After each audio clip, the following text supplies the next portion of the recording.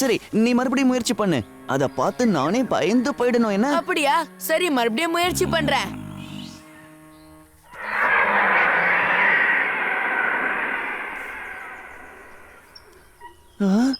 இத நான் எதிர்பார்க்கவே இல்ல. ஆனா இத நான் பண்ணலையே.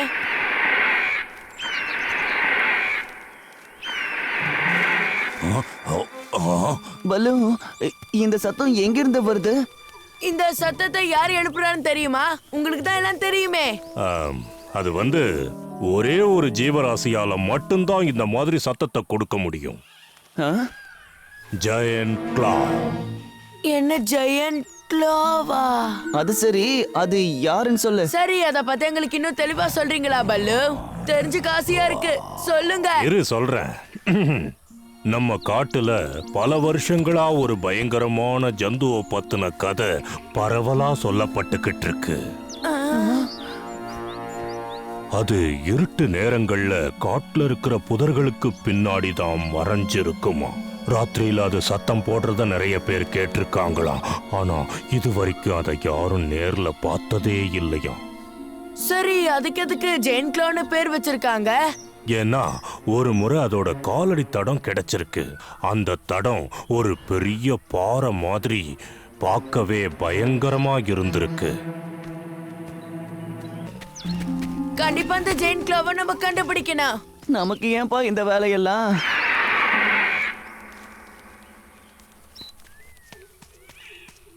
அந்த சத்தம் அங்க இருந்து தான் வருது பகீரா. வா போலாம். வேற வழி? ஆனா நீ ரொம்ப நேரம் ஆக்கிடக்கூடாது, புரியுதா? சீக்கிரமா வா.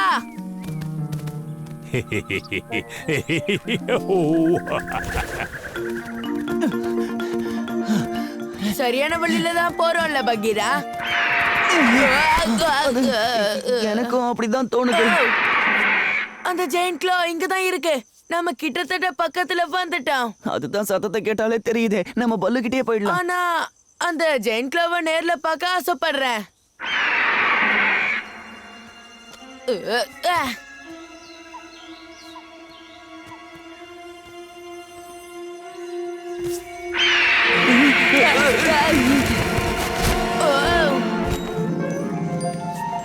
சீல், நீயா? அப்ப சீல் தான் இந்த சத்தத்தை எல்லாம் உருவாக்கி நம்மள பயன்படுத்துதா? அதுக்குள்ள ரொம்ப ரொம்ப குளிர்ச்சியா இருக்கு. உன்னை தொல்லைப்படுத்தினதுக்கு மன்னிச்சிடு சீல். உடனே உன் இடத்துக்கு போ.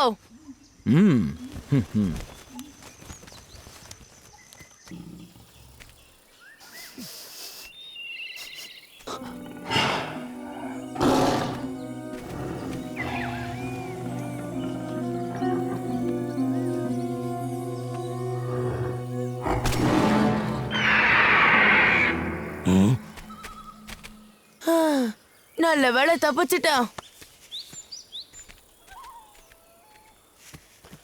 ஆனா இப்போ ஷீலோட நிலைமை என்ன? மரபந்துக்குள்ள இருக்கிற ஷீலை இவன் பார்த்துட்டானா ஒரே வாயில அவன் ஷீலை சாப்பிட்டுடுவான். ஆமா, அதுவும் உண்மைதான். நம்ம ஏதாவது பண்ணி ஆகணும். என்கிட்ட ஒரு யோசனை இருக்கு. நீ உடனே அந்த பெரிய பாறை கிட்ட வந்துரு. இரு, எதுவுமே பேசாத. நம்ம 2 பேரும் அங்க சந்திக்கலாம்.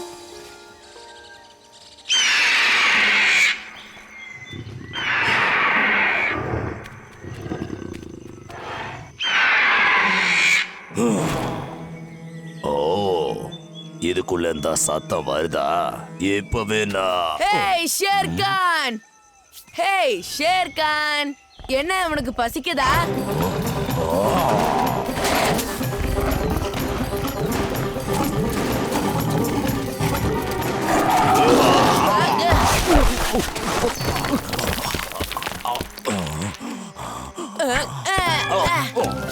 அப்புறம் சந்திக்கலாம்.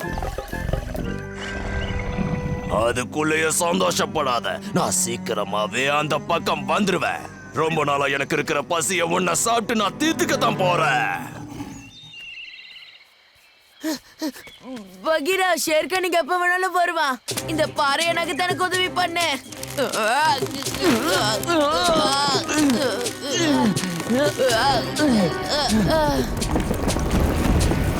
இன்னும் எதுக்காக இங்கேயே நின்னுகிட்டு இருக்கோம்?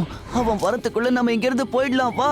இல்ல, ஜெயண்ட் கிளா நம்ம காட்டுல இருக்குங்கிறத எப்படியாவது அந்த ஷேர்கானை நம்ம நம்ப வைக்கணும். ஆனா அதை எப்படி நாம செய்யறது மோக்லி? பலு நம்ம கிட்ட என்ன சொன்னாங்கறத நீ மறந்துட்டியா? அதோட கால் தடம் ஒரு பெரிய பாறை மாதிரி இருக்கும். அதுக்கப்புறம் 4 பெரிய நகம் இருக்குன்னு சொன்னார்ல. அப்படி போடு. பல்லுவோட கற்பனை திறனை ஷேர்கானுக்கு எதிராக பயன்படுத்த போறியா? நீ சரியா சொன்ன. சீக்கிரமா பகீரா, நீ போய் அந்த புதருக்கு பின்னாடி ஒளிஞ்சுக்கோ. ஷேர்கான் இந்த இடத்துக்கு வந்த உடனே இது வழியா நீ அப்படியே உரும்பணும். சீல் கத்துச்சுல, அதே மாதிரி. எல்லாம் முடிஞ்சிருச்சு. நீ போய் ஒளிஞ்சுக்கோ பகீரா. நான் சொன்னது ஞாபகம் இருக்குல்ல? ஷேர்கான் வந்துட்டான்.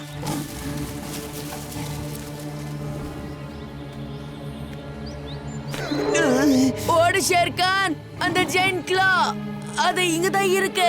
என்ன அது எதுக்கு என்கிட்ட சொல்ற பொடி பயலே? நீ அதோட கால் தடத்தை பாத்தியா? நீ என்ன சொல்ற?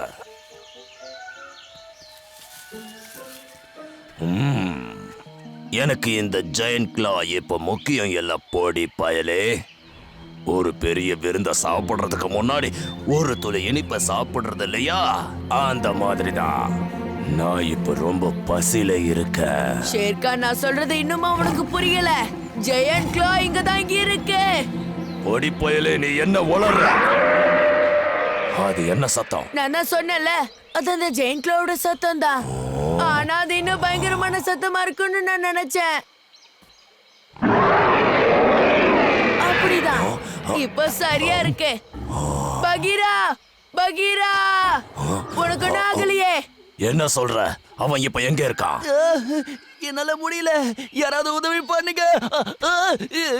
பகீரா, பகீரா, நான் இதுகிட்ட நல்லா மாட்டிக்கிட்டேன். என்னை காப்பாத்துங்க. என்னாச்சு பகீரா? காப்பாத்துங்க, இது என்னை கடிக்க பாக்குது. வா, நம்ம இங்க இருந்து போயிடலாம்.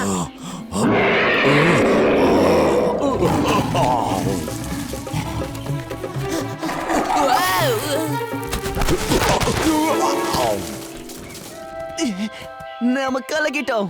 புளியவே நாம ஓட வச்சுட்டோம். அவன் ஓடினப்ப அவன் முகத்தை பார்த்திருக்கணும்.